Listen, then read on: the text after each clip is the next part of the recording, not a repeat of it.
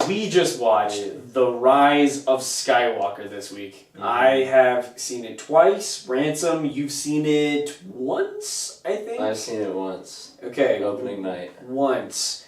And so there are a lot of discussions, I think, that come from this. I took a lot of time to process my emotions and my thoughts with this film, and that's why I wanted to wait until I'd seen it a second time so I could get a little bit more of a clear head going into this review. Yeah.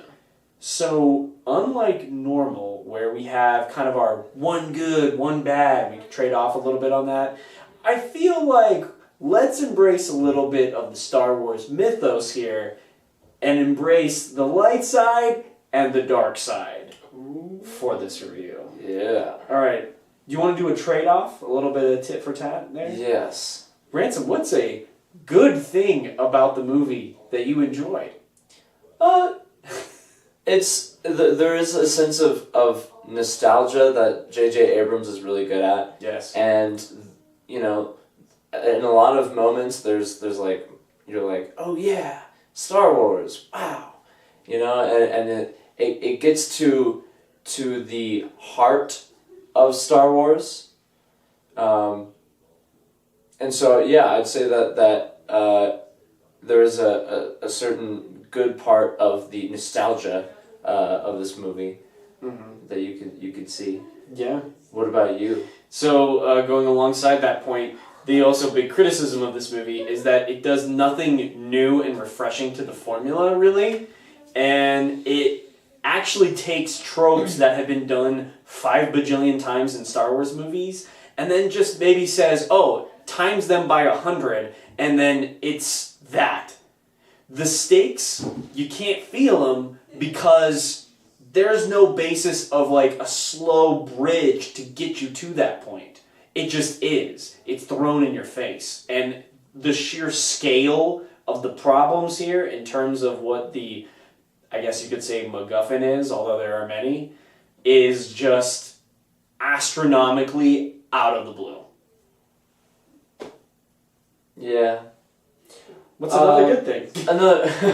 Another good thing, I'd say, these characters, the main characters, they're all really well brought to life by the actors, and you can really get this sense of, like, there's been a lot of, like, through 7 and 8, like, not all of them have really, like, been together, you know, throughout this whole adventure, but you do get in this sense, like, they're all banded together, they're all fighting for the same cause, and you know, Oscar Isaac, Daisy Ridley, John Boyega, like, they're all fantastic at what they do, and they really give that, like, familial bond. They're having fun. Yeah, you really get that. What about you? So, likewise, this movie decides to throw out characters or put them into really bad situations that ultimately rely on being very unfulfilled at the end of the movie. That's where they end up. And it decides to just kind of just take a poop on them, metaphorically, on some of the characters that, you know, Rian Johnson may have introduced. And then seemingly introduces at the 11th hour other characters that you have no emotional attachment to, and thus they're cool, I guess, but that's not why you're here, and you don't care for them, really. Yeah. So why did you waste your time on those when you could have adapted or made better other characters within the arc? Yeah. The overall story of this, I can get behind. The concept and the story arc, you know, it is very much feeling like a Star Wars movie. And where it gets to the, like, when you get to, like, the end point, like, its conclusion, you're like, okay, yeah, that makes sense. What about you?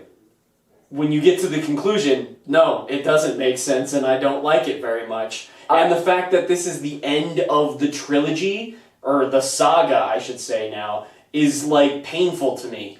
I now have to retroactively go into this and think, oh yeah, this is the end of the Skywalker saga, instead of where it ended with Return of the Jedi. I would say that the conclusion the concept for it is understandable. It's just the way that they approached it and got to it. Exactly my point. Yeah, and the details of it is just blotchy. And I feel like overall, this is the biggest takeaway and the biggest criticism that this movie can face. And I think whether you're on the light side or the dark of this movie, I think the biggest takeaway is that the fact is, this movie, you have to jump the shark along with it in order to really appreciate what it's trying to do here. The moment to moment is just kind of so fast that you don't have time to appreciate the gravity of any situation. And thus, when the story comes to its ultimate conclusion, you may not buy it like me if you weren't necessarily always along for the ride. And I feel like while the journey to get here can sometimes be interesting, I don't think its penultimate conclusion was satisfying enough to explain all of the crazy plot reveals that this movie throws at you, again, at the 11th hour. Yeah. While you can say, yes, you can see shadows of it here and here and here, that doesn't necessarily mean that they are explained well enough to be warranted. Yeah. Yeah. Ditto. See, so there we go. And you know, that's the thing with this movie. It's gonna be the inverse of what The Last Jedi was in a sense. Mm-hmm. The Last Jedi was there to deconstruct and examine the mythology behind Star Wars. Yes. For better or for worse. Yeah. And that may be a movie that some people do not like. Especially because it wasn't seeking to try and be, I think, a sequel to The Force Awakens. I think it was seeking to be its own Star Wars movie. Mm-hmm.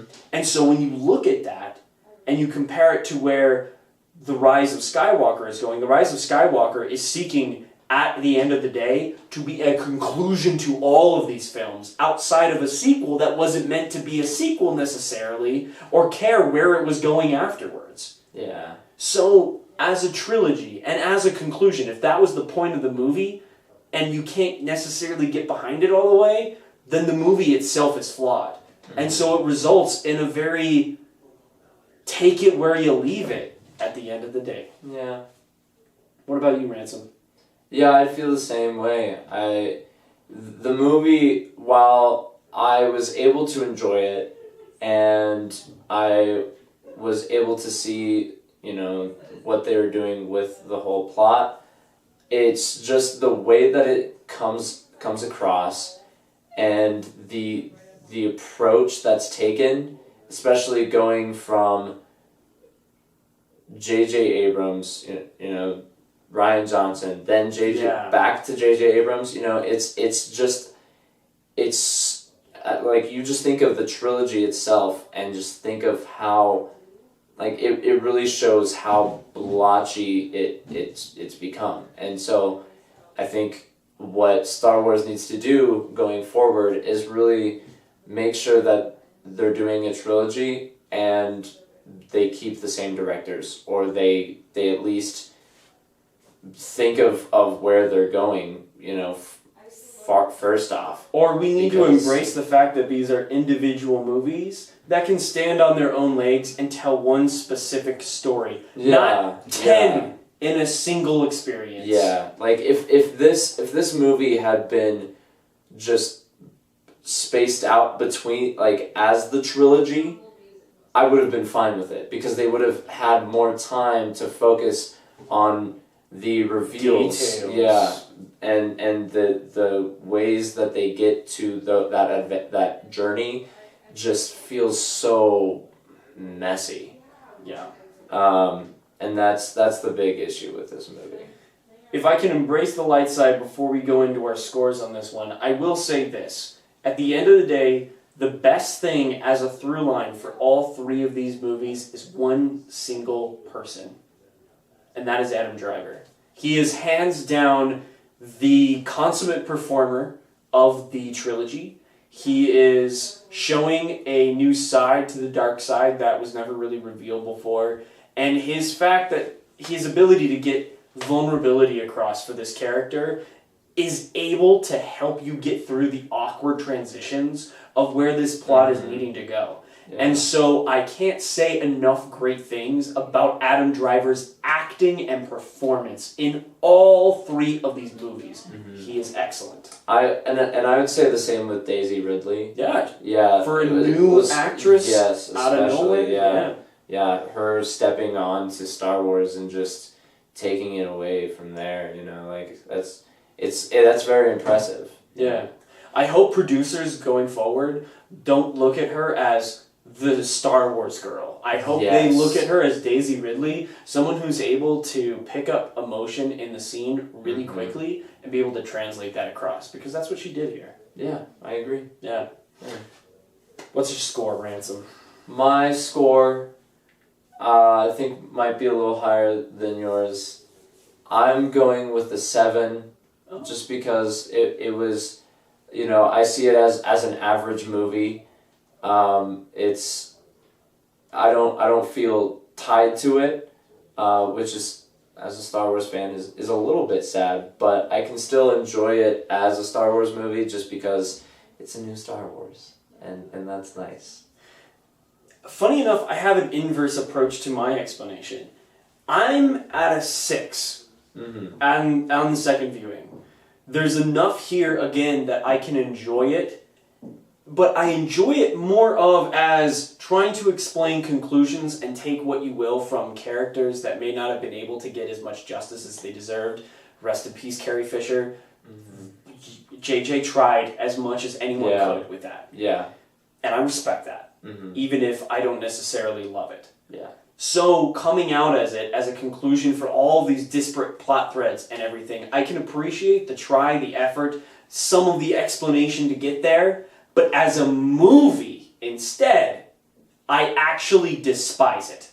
In and of itself as a single solitary film. Because the editing is mismatched, there's weird transitions, the plot is ridiculous, and the MacGuffins, you're just kind of like, oh, okay. You have to say literally, oh, okay, I guess that's fine. There's no time to soak in the scene. And that's what makes great movies for me, is when you have the time to emotionally react to what's going on, and they don't necessarily give that to you at all moments of this film. So for me, that's where I'm at as a 6 out of 10. And it would be lower here if I was literally looking at it only as a movie, but it's more than that, because it is a part of the Skywalker saga, and it is episode 9, and that's in its title. And this is a big deal. And now this is the conclusion of all of these films. Yeah. So, you know what? At the end of the day, Star Wars is what you make of it. And Star Wars is something that everyone individually loves. And they have specific things that they're going to take away from it. So, our opinions on this movie, ultimately, they're going to vary, probably different from yours, because this movie has so much going on to it that you can literally take anything from it and probably really enjoy it, or thus also despise it. Because this movie is trying to serve so many different people. Yeah. And that's both the brilliance and the tragedy of Star Wars, I think, here. Yeah. Is because in those other films, they told different stories, they've served different people in different ways. And I think this is definitely a reality check for fans in understanding what do you love about movies and what do you love about Star Wars. Yeah. So we'll see what people come out of it. Hopefully they don't act like petulant little man-children like they did with The Last Jedi. And they're at least able to accept this movie for what it is and criticize it appropriately without attacking actors or people involved with the production of it so ferociously. If you attack an actor or somebody that made this film just because you didn't like it, you're an asshole. Yeah. They're just trying to do their job. Yeah, they tried to do their best. So, yeah. Yeah.